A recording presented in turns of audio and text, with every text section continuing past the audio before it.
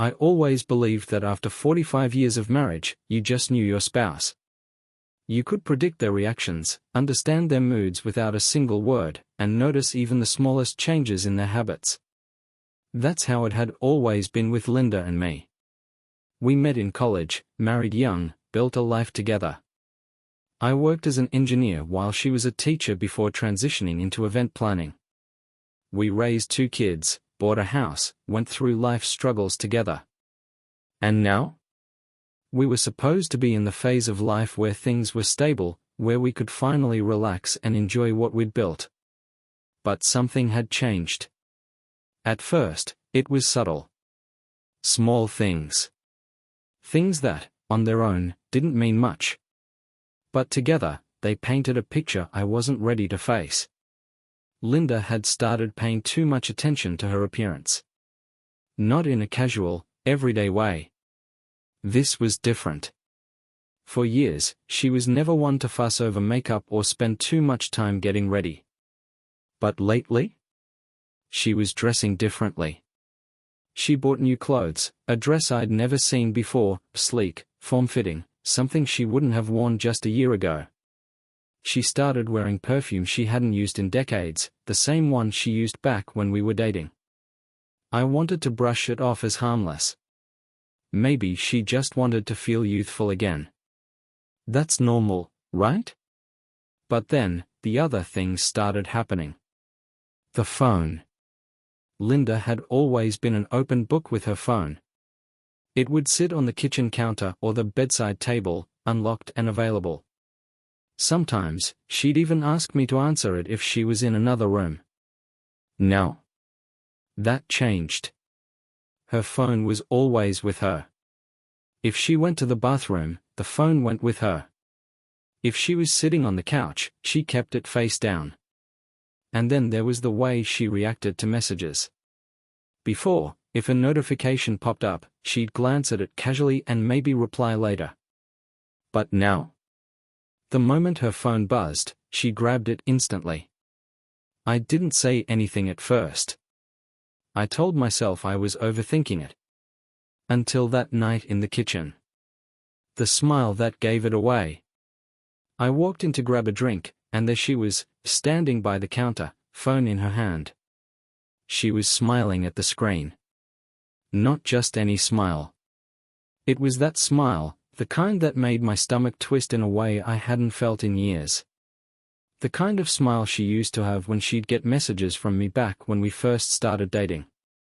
As soon as she saw me, her face changed. She quickly locked the screen and set the phone down as if nothing had happened. I didn't say anything at first. I just opened the fridge, grabbed a bottle of water, and leaned against the counter. "Who was that?" I asked casually, taking a sip. She blinked, her fingers tensing for just a fraction of a second before she forced a laugh. "Oh, just Susan from book club." Susan. Susan, whom she hadn't spoken to in months. I didn't press her. I didn't question it. But inside, something inside me shifted. Linda never hesitated when telling the truth. That night, I lay in bed staring at the ceiling while she slept beside me. My mind kept replaying that moment in the kitchen, over and over. The way she smiled. The way she froze when she saw me. The way she hesitated before answering. I didn't want to believe it. Not after 45 years. Not after everything we'd been through. But I couldn't ignore it anymore. Something was wrong. And I was going to find out what. The final clue. The next morning, I went to my workshop in the garage. It was my space, a place where I could clear my head. I tried to convince myself that I was overreacting. Maybe I was being paranoid. But then, I saw the car. A black BMW. Parked down the street. I had seen that car 3 times this week, always in the same spot. I wasn't the kind of man who jumped to conclusions. But when I looked closer, I could feel that someone inside was watching me. They didn't get out. They didn't move. But I knew. It wasn't a coincidence. I walked back inside, grabbed my phone, and typed into the search bar. How to install a hidden camera in your house. Cliffhanger. I wasn't going to sit around and wait for the truth to come to me. If my wife had secrets, I was going to uncover them. I woke up the next morning with a single goal: find out the truth. Linda was still asleep, curled up on her side of the bed, breathing evenly. For a moment, I just stared at her. Could I have been wrong? Maybe it was all in my head. Maybe she really was just reconnecting with old friends. Maybe I was overreacting. And then I remembered that smile. That goddamn smile she gave her phone. The way her fingers tensed when I walked in. The car parked down the street. No. This wasn't paranoia. Something was happening.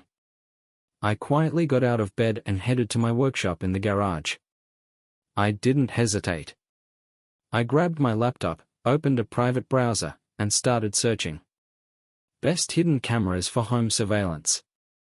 How to track someone's location without them knowing. How to recover deleted text messages. I wasn't playing games anymore. Setting the trap. By the afternoon, I had everything I needed. Heavy checkmark: a set of hidden cameras, disguised as regular household items, one for the living room, one for the hallway, and one for the bedroom. Heavy checkmark: a keylogger app to track her messages on the laptop she rarely used but still kept in the house. Heavy checkmark: access to our shared phone plan, which allowed me to see her call history and data usage. Linda had plans that evening, dinner with the girls, she said. Perfect. That gave me time. The moment she walked out the door, I got to work. I placed the cameras carefully, making sure they had clear views of where she spent the most time. The living room camera was hidden in a decorative vase, angled perfectly toward the couch where she always sat with her phone. The bedroom one was inside a bookshelf, barely noticeable. Then, I went to her laptop. I booted it up and installed the monitoring software. It would record everything: emails, passwords, deleted messages. When I was done, I sat back and stared at the screen. This was it. If she was hiding something, I'd know soon. First signs of betrayal. Linda got home late.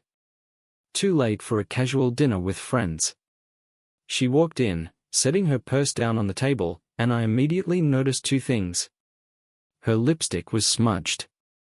Her perfume was stronger than usual, like she had reapplied it recently. I forced myself to act normal. How was dinner? I asked, leaning against the counter, watching her carefully. She smiled, but it was too quick, too forced. Oh, great! We went to that new seafood place downtown. You would have loved it. I didn't say anything. Just nodded. Who all was there? I pressed. She hesitated. For a fraction of a second. And then she rattled off a list of names, too smoothly, too rehearsed. I smiled. Sounds fun. She exhaled softly, like she was relieved that I didn't push further. That's when I knew. She was lying to my face. Catching her in the act. That night, after she went to bed, I grabbed my laptop and opened the surveillance feed. My heart pounded as I clicked through the footage. First, the living room camera. There she was, sitting on the couch, phone in hand. She was texting someone. Her face was lit up with excitement. Then, she leaned in closer to the screen, smiling. A video call. I clicked play, and my stomach turned to stone. A man's voice filled the speakers.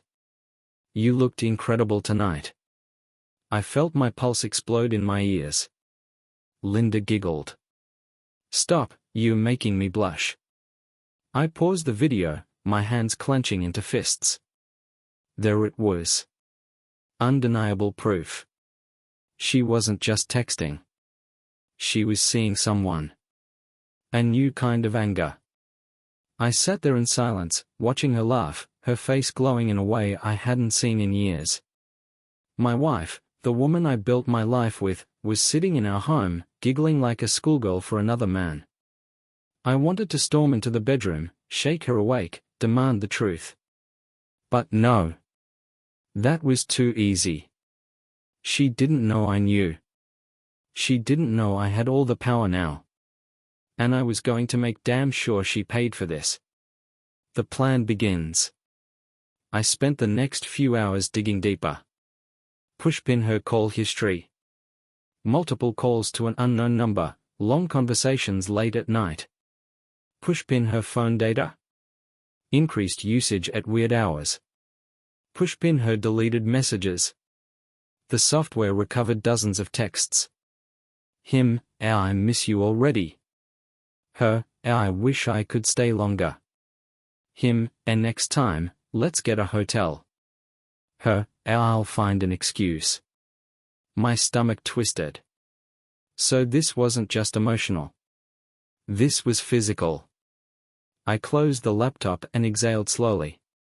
She thought she was being careful. Thought she could sneak around. But she underestimated me. And now? She had no idea that her time was running out. Cliffhanger, the next move. I wasn't going to confront her. Not yet. No, I was going to make sure when I did, it would be devastating. She would regret ever thinking she could play me for a fool. I looked at my reflection in the dark screen of the laptop and smiled. This was just the beginning. I wasn't the kind of man to act without thinking. I had spent my whole life solving problems, engineering solutions, and planning ahead. And now? My marriage had turned into a problem that needed solving. I wasn't going to lose my temper. I wasn't going to scream, cry, or beg. No. I was going to destroy them both. Step 1, locking her down. The next morning, I checked my laptop. The surveillance footage had captured everything. Linda wasn't just having a casual affair. She was in love with him. The way she looked at the screen during their late-night video call. I knew that look. That was the look she used to give me 40 years ago. I clenched my jaw and took a slow breath. Fine. If she wanted to throw away everything we built, then I'd make sure she paid for every second of it. I spent the next few hours making serious moves. Pushpin first, I secured my finances. I removed her name from every account I could. I transferred the bulk of my savings into a separate account she couldn't touch. I changed the passwords to all online banking. Pushpin second, I locked her out of the house. I installed a smart lock system that required my fingerprint. I set up security cameras outside, in case she tried anything. Pushpin third, I cut her off financially. I froze the joint credit cards. I contacted my lawyer and had him prepare divorce papers with an infidelity clause. I made sure that, when this was over, she'd leave with nothing. Step 2, tracking her every move. Linda had no idea that I was watching her in real time. I had access to her phone's location, her call logs, and even a copy of her messages thanks to the monitoring software I installed. And today? She was meeting him. Jeff. The man who thought he could walk into my life and take what was mine. I watched her location on my phone as she drove across town. Then she stopped. A hotel. My fingers tightened around the steering wheel as I sat in my truck, parked a few blocks away. So that's how it is. I took a deep breath. I wasn't going to storm in there like some emotional wreck. No. I had a better plan. Step 3, breaking him first. I did my research on Jeff. Pushpin, he was a wealthy businessman, owned a few companies, had a reputation for being charming and influential. Pushpin, he was also married.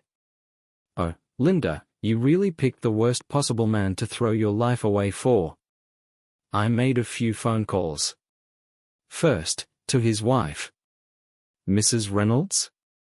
I said when she answered. I think we need to talk. I heard her hesitate. Who is this?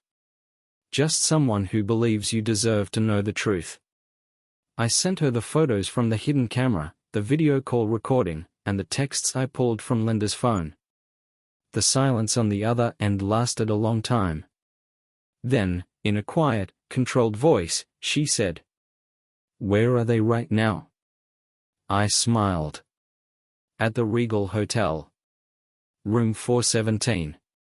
She hung up. I leaned back in my seat. Now let's see how Jeff enjoys his little getaway now.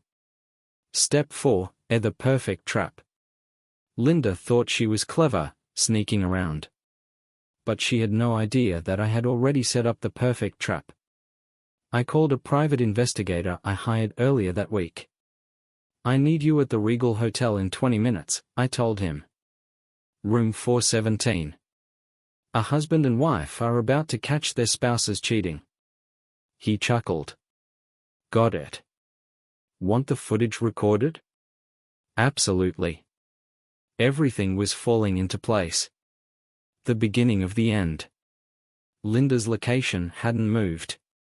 I could imagine exactly what was happening right now.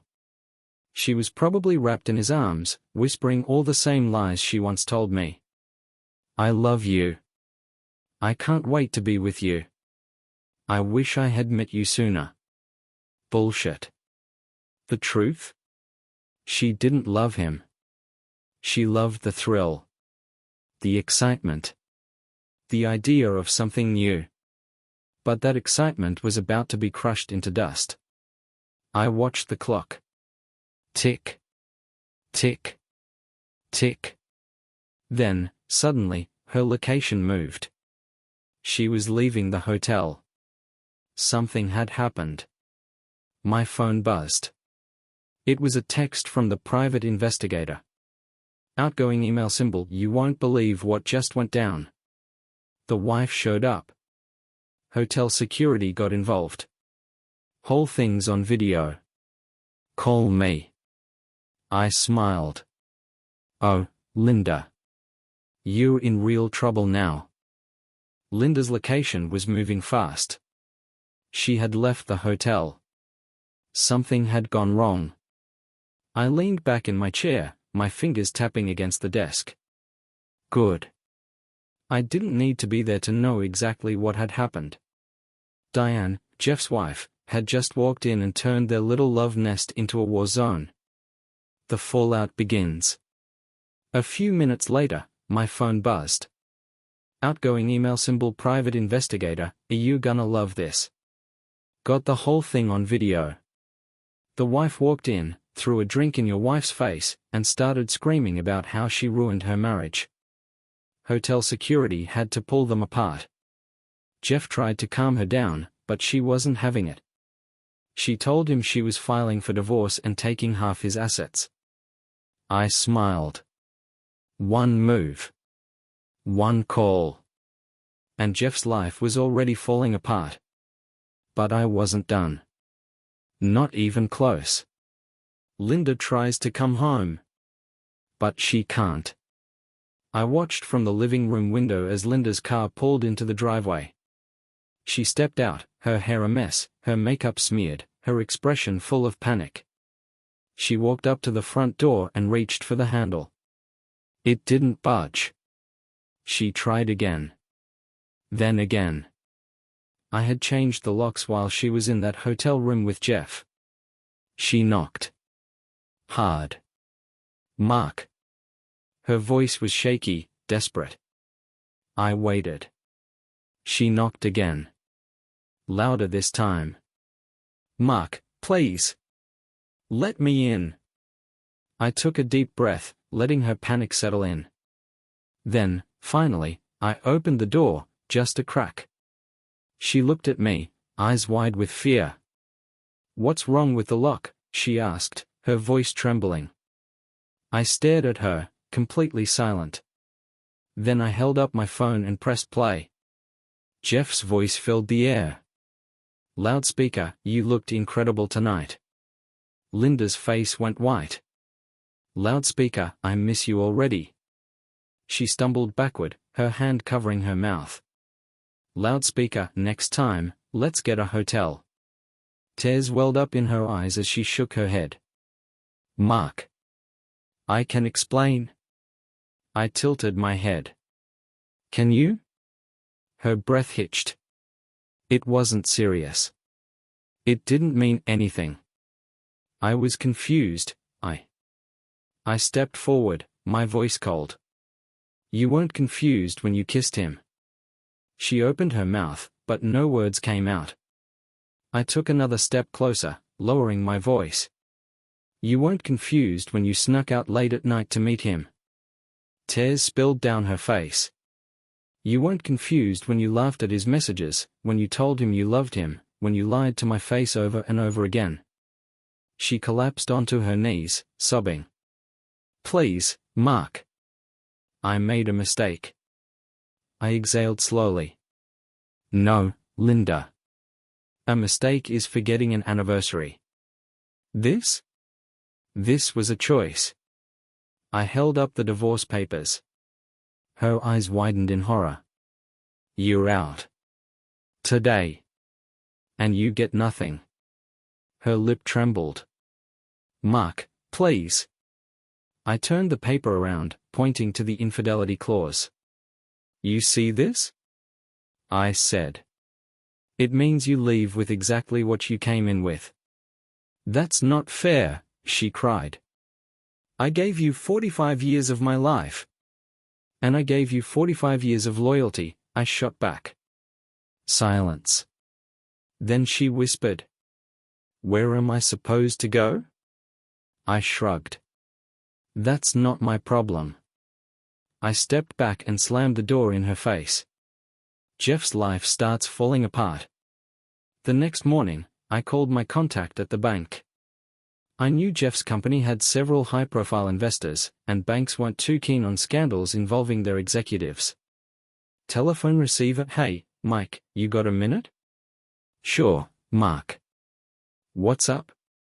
I think one of your clients has a bit of a reputation issue. I sent him the photo of Jeff and Linda at the hotel. A pause. Then a low whistle. Damn. That's bad. This guy's one of our top clients. Not for long, I said smoothly. By noon, Jeff's financial accounts were under review. By 3 p.m., one of his investors pulled out of a major deal. By the end of the day, Jeff was in full damage control mode. He had no idea where the fire was coming from. But the flames were only getting bigger. Linda's final desperation. That evening, my phone rang. Linda. I let it ring. A minute later, a text popped up. Outgoing email symbol Linda, and Mark, please. I have nowhere to go. Just talk to me. I stared at the screen. Then I typed back. Outgoing email symbol me, you made your choice. Live with it. I blocked her number. Then, finally, I sat down and poured myself a drink. The house was quiet. Peaceful. For the first time in months, I felt free. But I wasn't done yet. Jeff was still standing. And I intended to bury him next. I sat on the porch, sipping my whiskey as the sun dipped below the horizon.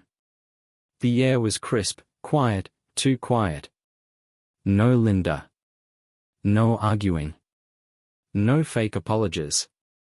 Just peace. But I wasn't done yet. The trap closes on Jeff. By now, Jeff must have figured out his life was falling apart. His wife left him. His business was crumbling. His reputation was hanging by a thread. But I had one final move left to make. Pushpin. I had a dossier of evidence. His affair with Linda. His questionable financial activities. The shady business deals I uncovered after digging through public records. It was time to drop the nuke. I sent everything to 3 key people. Outgoing email symbol 1. The board of directors at Jeff's company. Outgoing email symbol 2. The local news station. Outgoing email symbol 3. The IRS. Then, I leaned back and waited. It didn't take long. By noon the next day, it was all over the internet.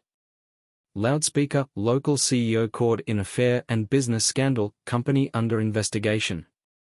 Loudspeaker, wife of prominent businessman files for divorce amidst cheating allegations. Loudspeaker, shocking report, a business leader accused of fraud. I could only imagine Jeff's face as he saw his entire career burn to the ground. Linda's last stand. That afternoon, my phone buzzed. Outgoing email symbol Linda, and Mark, please. I need to talk to you. I ignored it. An hour later, she was outside the house. I saw her through the security cameras, standing by the door, clutching a small suitcase. She looked broken. Her hair was a mess. Her eyes were red from crying. She rang the doorbell. I didn't move. She rang it again. Then, finally, she slumped against the door and started sobbing. Pathetic. She thought she could just come back? After throwing away 45 years for some temporary thrill? No. I opened the door just enough to look her in the eye. She stared at me, tears streaming down her face. Mark. I have nowhere to go. I nodded slowly. I know. She swallowed. Please, let me in. Just to talk. I sighed. Then, I stepped aside and let her in. The truth that breaks her. She walked in slowly, looking around the house like she barely recognized it. Finally, she turned to me. I don't expect you to forgive me, she whispered. But I need you to understand. I made a mistake. A terrible mistake. I leaned against the counter, arms crossed. Tell me, Linda. When exactly did you realize it was a mistake? She hesitated. Was it when you were sneaking off to hotels? I continued. Or was it when you laughed at his texts? Or maybe, when you got caught? Her lip quivered. I never stopped loving you, Mark. It was just. I got lost. I got. Spare me. I held up a hand. Then, I pulled out my final weapon. A small envelope. I tossed it on the table. Linda frowned. What's that? Open it. With shaking hands, she picked it up and pulled out the papers inside. She scanned the words. Then her face went completely white. She looked up at me, her mouth opening and closing like a fish gasping for air. Mark. Her voice was barely a whisper. What is this? I smiled coldly. Your divorce settlement. The one you signed 20 years ago. You don't remember, do you? Her hands started shaking. This agreement states that in the case of infidelity, I continued, you walk away with nothing. No house. No money. No assets. She collapsed into a chair, staring at the papers in horror. But that was decades ago. Surely it doesn't still. Oh, it's still valid, I cut in. And guess what? My lawyer already filed it. Tears spilled from her eyes. Mark, please. Don't do this. I leaned in. Why not? I asked softly. You did it to yourself. She let out a broken sob. Then, in a final act of desperation, she reached across the table and grabbed my hand. I'll be better, she whispered. I'll prove it to you. I'll do whatever it takes. I looked down at her fingers. Then I slowly pulled my hand away. You already proved what kind of person you are, Linda. I stood up, walked to the front door, and opened it wide. Now get out of my house." She didn't move at first.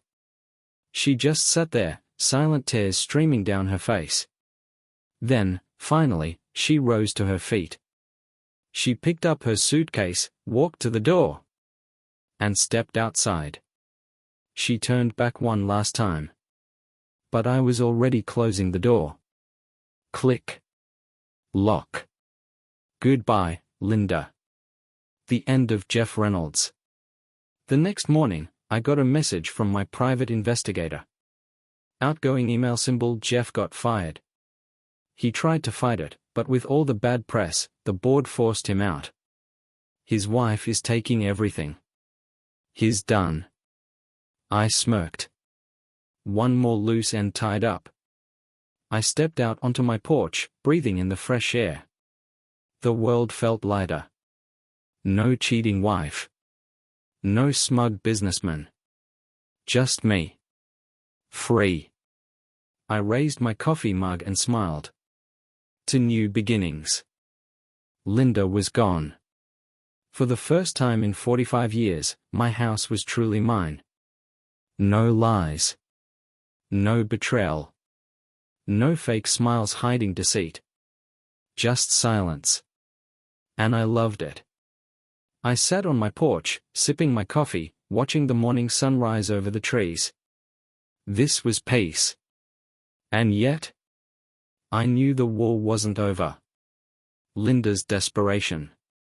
I had locked every door, burned every bridge, cut every financial tie. She had nothing. But desperate people don't just disappear. And Linda? She wasn't done trying. Outgoing email symbol: new message, unknown number, Mark, please. I know I don't deserve your forgiveness, but I need help. I have nowhere to go. Just let me talk to you. Delete. Outgoing email symbol: new message, unknown number, Mark, I can't stay in a motel forever. I don't have enough money. I just need some time to figure things out. Please. Delete. Outgoing email symbol: new message, unknown number, I was wrong. I was stupid. You were the best thing that ever happened to me. Please, Mark. Just one more chance. Block number. I wasn't playing this game. I wasn't giving her an inch. She had a whole lifetime to appreciate what she had. Now, she could live with the consequences. Jeff's life becomes a nightmare. Jeff had lost his company, his wife, his reputation. But I wasn't done with him yet. I had one last move left to play. A few days ago, I had my private investigator dig into his past. And guess what? Jeff wasn't just a cheater. He was a fraud. Pushpin: he had cooked his company's books. Pushpin: he had unpaid debts to the wrong kind of people. Pushpin: and he had enemies he thought had forgotten about him. All I had to do was send the right information to the right people. I made 3 calls. Telephone receiver first, to his former business partner. Hey, you might want to take another look at Jeff's financials. I found something interesting. Telephone receiver second, to an investigative journalist. There's a story you'll want to run. Let's just say, Jeff Reynolds isn't as clean as he pretends to be. Telephone receiver and third? I called a guy Jeff owed money to. A guy who didn't take kindly to being scammed. Hey, thought you should know where Jeff is these days. And then? I waited. Loudspeaker headline: a former CEO under criminal investigation, possible fraud charges incoming. Loudspeaker breaking news: a Jeff Reynolds caught in multimillion-dollar scandal. Loudspeaker social media: a Jeff Reynolds exposed, the fall of a corrupt businessman? Within 48 hours, his name was poison. No company would touch him.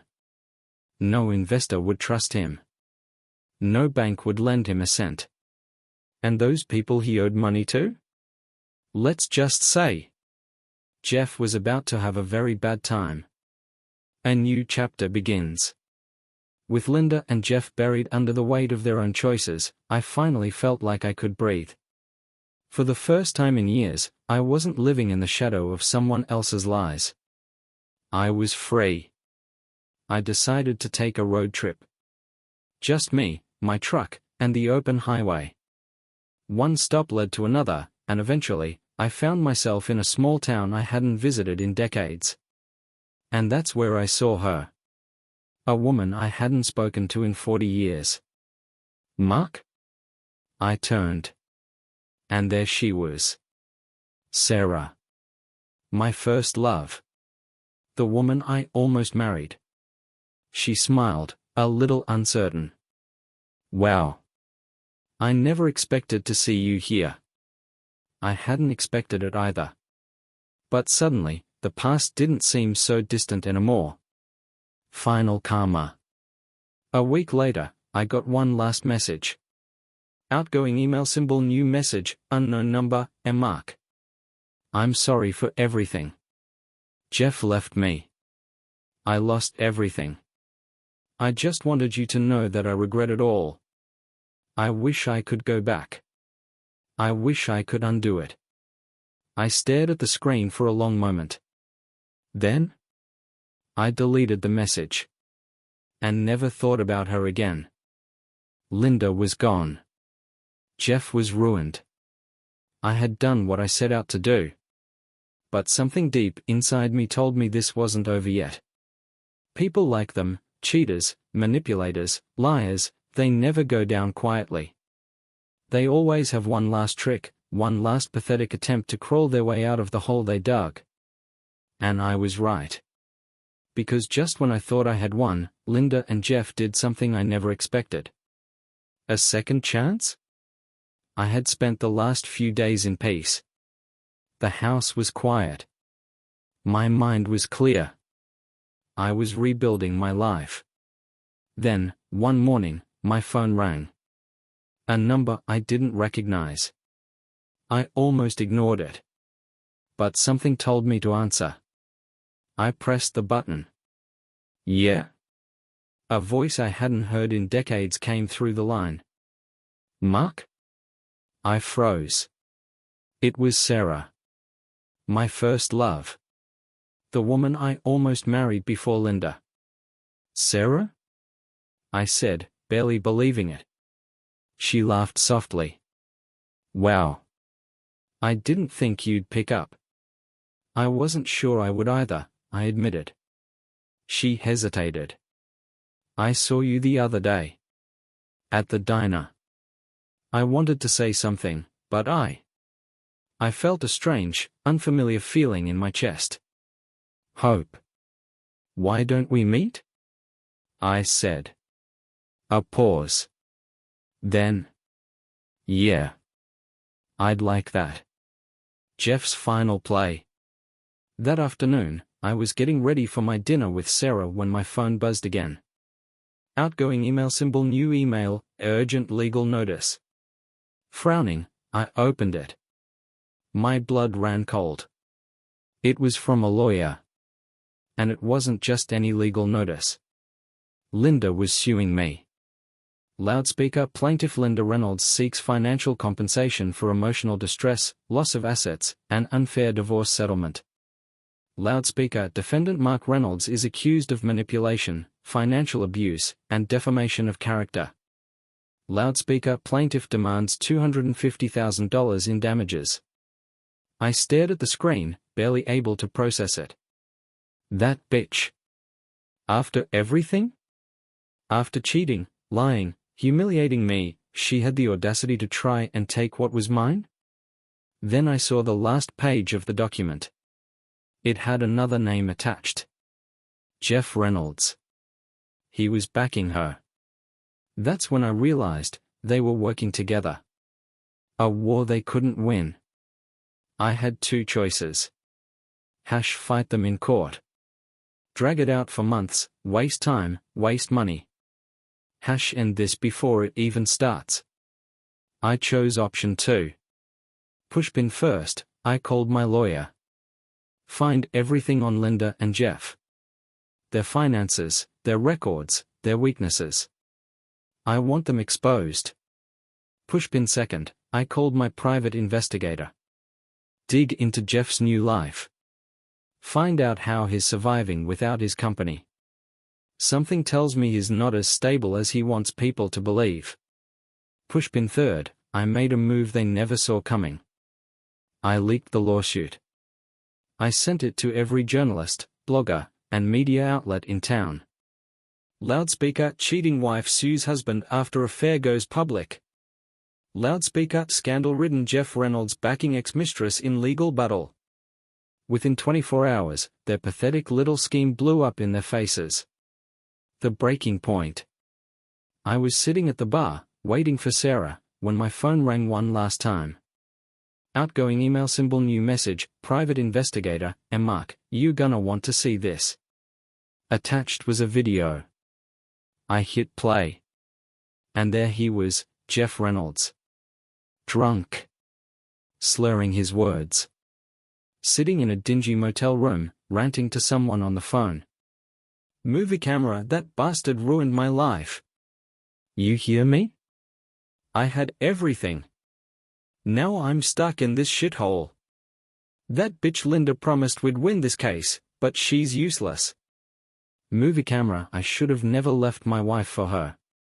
I should have never touched her. She's a damn curse. Movie camera, if I ever see Mark again, I swear to God I'll. Click. The video ended. I smirked. Jeff was done. I forwarded the video to my lawyer. Outgoing email symbol, use this. Then I leaned back in my chair, just as Sarah walked in.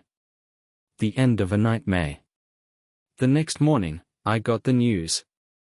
Loudspeaker Linda dropped the lawsuit. Loudspeaker Jeff left town.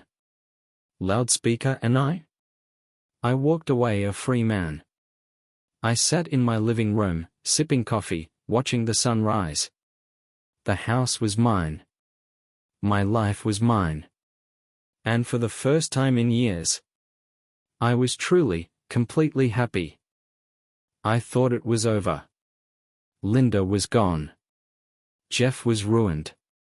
Their lawsuit had collapsed before it even started. I had won. Or so I thought.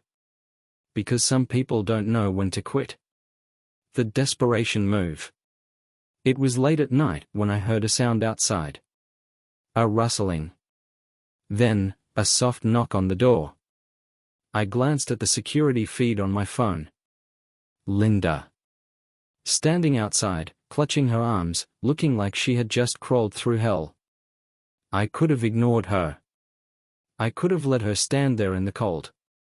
But I wanted to see just how desperate she had become. I opened the door, just an inch. She looked up at me, eyes swollen, face pale. Mark, she whispered. Please. I have nowhere else to go. I leaned against the doorframe. Not my problem. She let out a shaky breath. I made mistakes. I was selfish, I was stupid, Save it. I cut her off. You threw away everything for a loser like Jeff.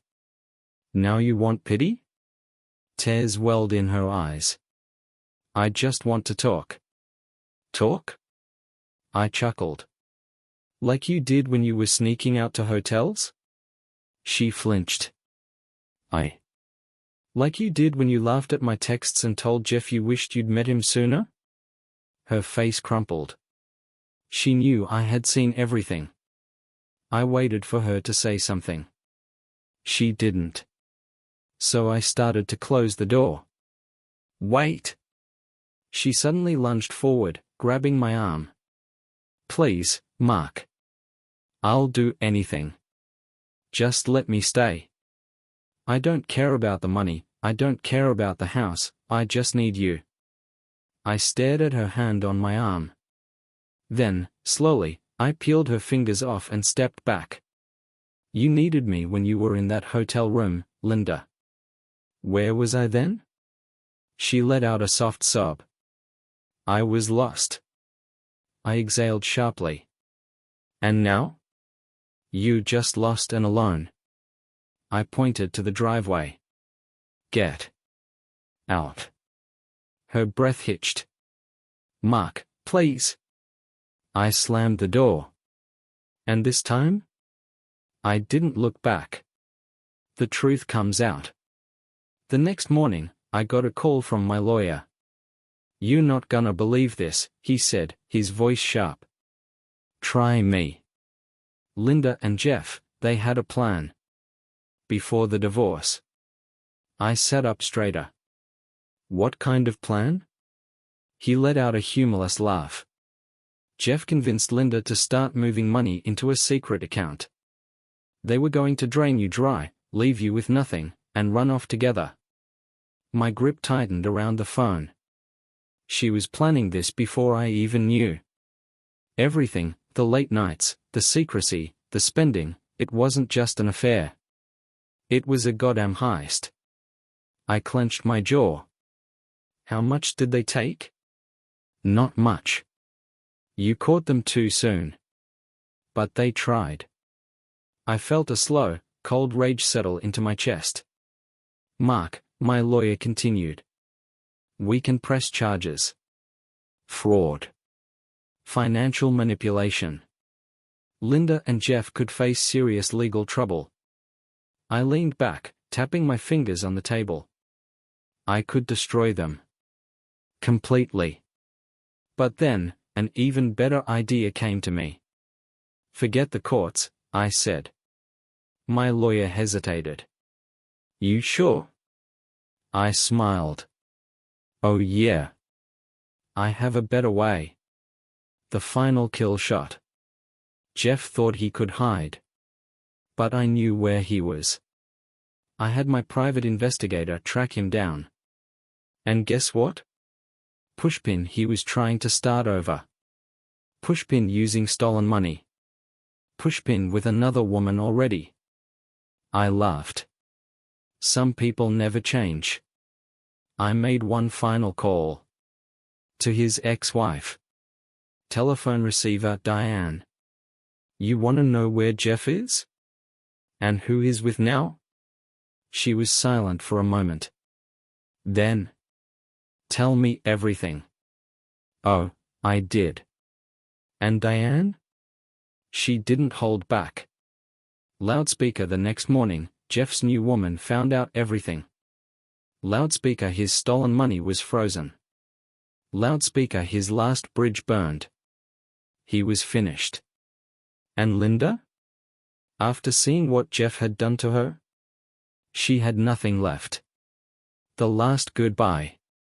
A week later, I was at the bar when my phone buzzed. Outgoing email symbol, new message, unknown number. Mark. I lost everything. Jeff's gone. I have no money. No home.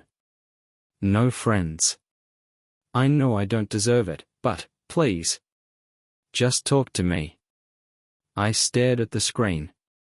Then, without hesitation, I deleted the message. I turned back to my drink, took a slow sip. The war was over. And I had won. For good. It was over. Jeff was gone. Linda was ruined. I had won. And yet? Some people don't know how to stay down. Some people keep crawling back even when the world has chewed them up and spit them out. Linda? She was one of them. A woman with nothing to lose. It had been 2 weeks since Linda lost everything. I had blocked her number, cut all ties, erased her from my life. And yet, she kept trying. Outgoing email symbol, new message, unknown number. Mark, please. Just one conversation. I have no one else. Outgoing email symbol, new message, unknown number. I don't want money. I don't want the house. I just want to see you. Outgoing email symbol, new message, unknown number. If you don't talk to me, I don't know what I'll do. I deleted each one. I wasn't playing her game. But I should have known. When people have nothing left to lose, they become dangerous. The night everything exploded. It was midnight when I heard glass shattering.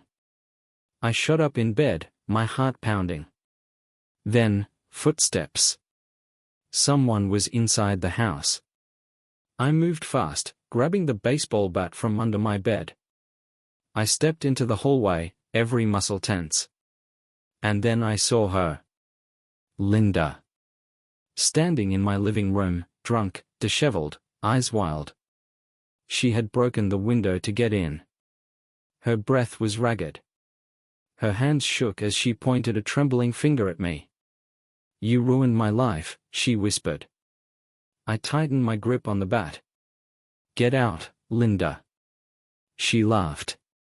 A broken, hysterical laugh. "You think you won? You think you can just throw me away?" She staggered forward, eyes burning with something dark.